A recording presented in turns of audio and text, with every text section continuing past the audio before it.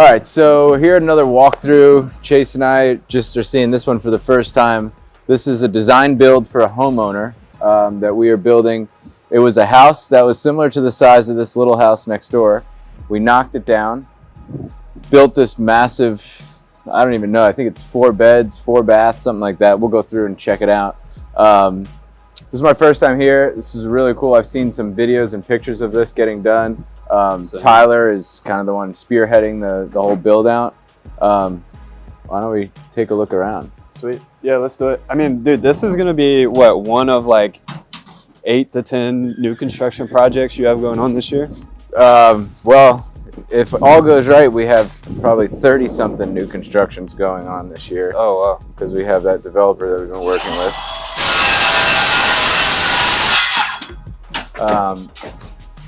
So one of the cool things is like all this glass on the back of the house. It's just opens up. You see the water. Obviously, as you can see, we're in a construction zone still. We're still finishing things up, but this is it. Deck, dude. This is pretty sweet. I mean, talk about a dream kitchen. How could you not imagine entertaining here at this island with those views, dude? What I like too, they use this extra space back here for like a butler's kitchen. Dude, that's so cool. So we got all this extra storage space, these giant floor to ceiling cabinets, wow. Pantries. The owner really spared no expense here. They went all out with everything. I like this quartz. Do you know what this is? Because this is... I do know what it is. It's in our sheet somewhere. I can figure it out, what the actual name is. But we did a lot of trim work here, a lot of custom trim work. As you can see over here in the ceiling, we did tray ceilings with the crown molding throughout. I mean, we really went all in here. Yeah, it's pretty sweet. I mean, you got the fireplace there too. The railings, love the metal railings over there. That's actually what we're going to be doing at our flip too, the same exact style railing. Sweet, yeah, I love that. So the composite deck, and then I've always been a boat guy, water guy, so I think I have a special appreciation for the views of the water. But I mean, they basically have like a beach in their backyard. It's pretty cool. Oh, wow. Yeah. I wonder if that's just during low tide. So, I don't know, but I know that there are a lot of challenges to building on the water with setbacks and variances and retaining walls and all sorts of stuff. But what a view, what a thing to come outside, especially in the summertime. Right now it's kind of brutal. But summertime, come out here, go swimming. I imagine eventually they will build their own pier because it looks like this pier is for that house, this pier is for that house. Yeah. But there's the beginnings of a pier right here. Cool place to pull up your boat too. I mean, this is just a sick house. Back, it's super cool. Two stories or 3? 3 stories. So you're gonna see all the way upstairs.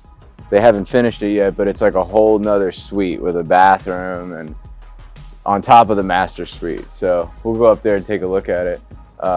But this was all custom framed, custom built from the ground up. We had to re-pour foundation, had to do all the footings, all the framing, everything that you see is brand new. So yeah, I remember seeing pictures and videos from Julio and his guys when they were pouring concrete and doing the foundation. It's pretty cool to see it in this stage. And I tell people all the time too, like new construction is honestly easier than a lot of the remodeling stuff that we do because it's kind of like there's not a lot of variables. Yeah, it takes all the guesswork out. Right. I mean, from the contractors that I listen to, it's like new construction's so easy because you know what you're getting versus, you know, rehabs that we're doing, there's tons of variables. It's easy to price things out based on the square footage, on the linear foot. Right. Not much of that changes. So here, now I can finally get a bedroom count. We got 1 bedroom here. We got laundry room here.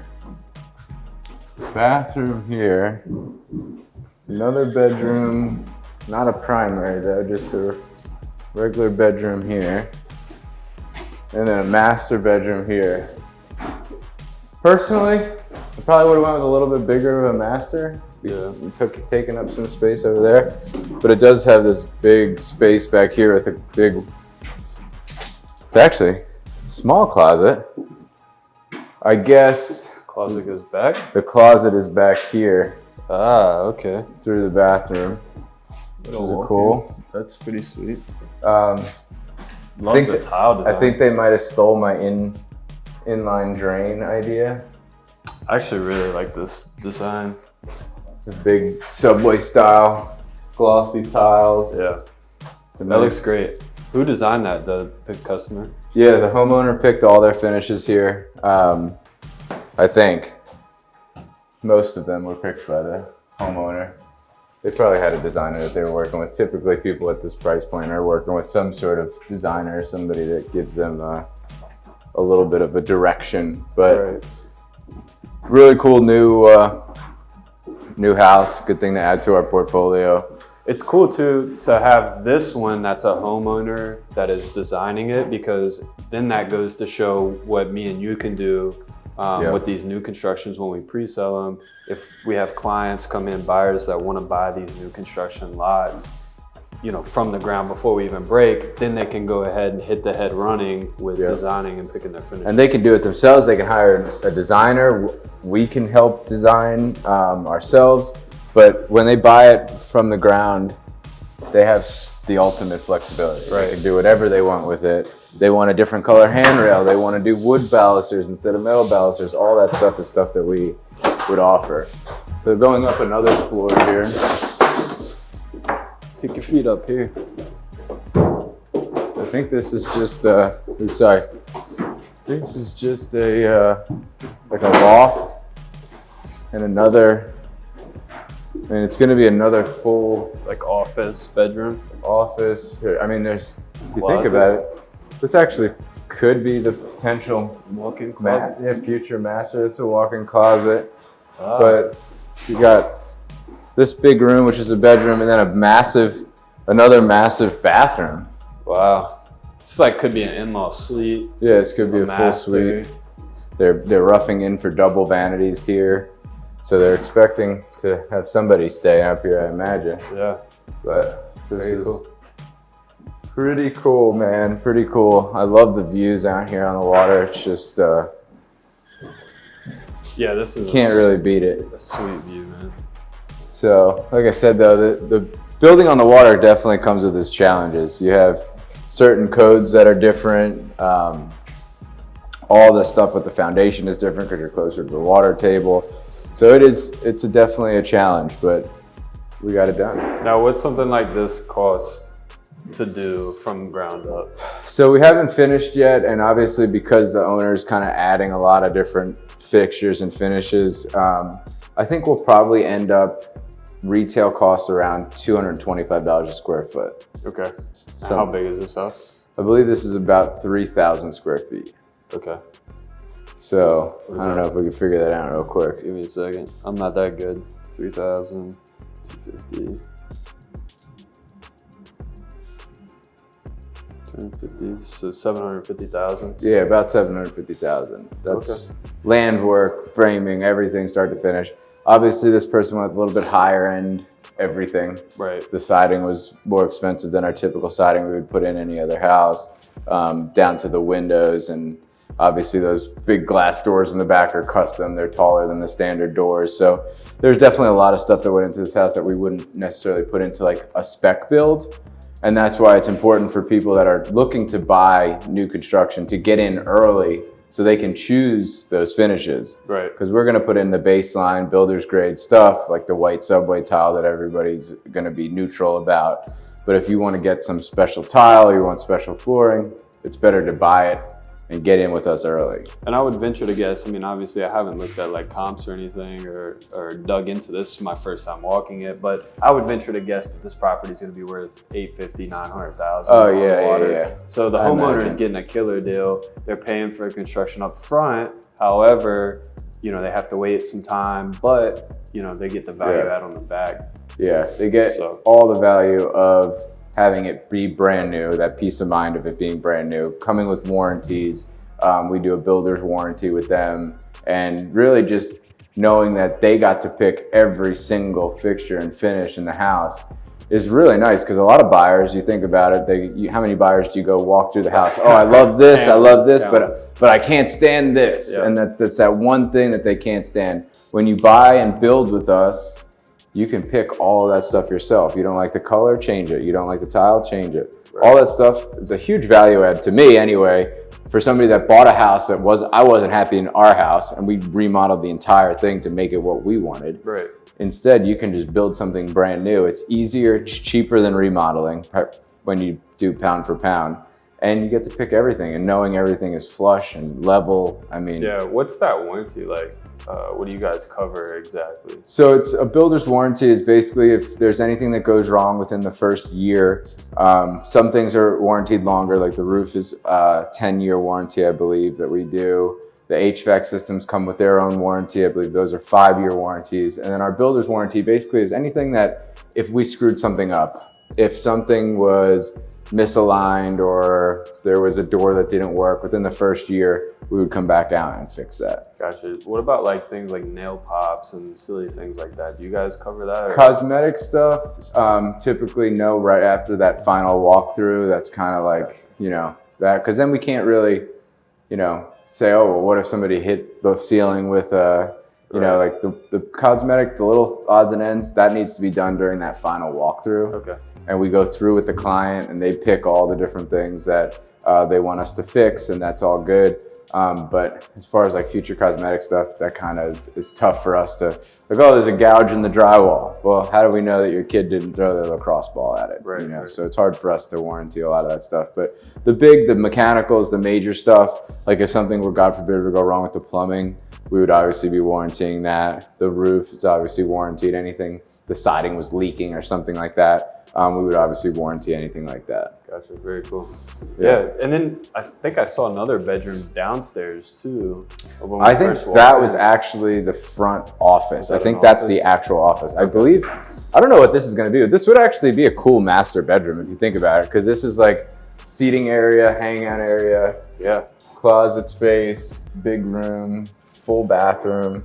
Like I said, I don't know what the owner's plan is with this stuff, but this is a cool space. My guess would be in-law seat. The one that we just came from, that was a sick master too. Yeah, for sure. But I do like this up here. It would be a cool vision.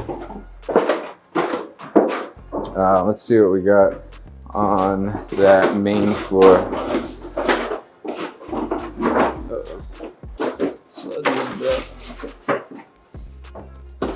A lot of random closets around here too. This homeowner must value their space. Yep. Like that. That's something we find like in townhouse new construction, you just don't get a lot of space. Yep. That's another thing we could talk about outside is some of the other things that we have to do, such as like setting up a temporary electrical service. You'll see that outside. Oh, there's even a basement here. Let's go down to the creepy basement.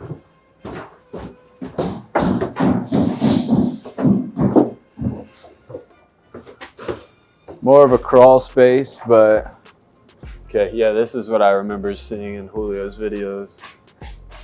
So some of this foundation was existing, I know, and some of it I think was new. Maybe not. Maybe this is all new, actually, now that I'm looking at it. I think it was all new. Yeah, I believe it is all new. So, yeah, so certain things with new constructions that you don't have to deal with typically with the other stuff. We apologize for the banging. We had to put a massive water line in for the sprinkler system. So the more sprinkler heads, the more pressure you need, the bigger the water line is. So is that just code for anything you're bringing? Is that just new construction, or is that any rehabs you're doing if you're bringing it to code? So for rehabs, there's typically county by county. If you're doing like 50% more than the value of the home in a rehab, then they trigger you to be basically compliant with new construction.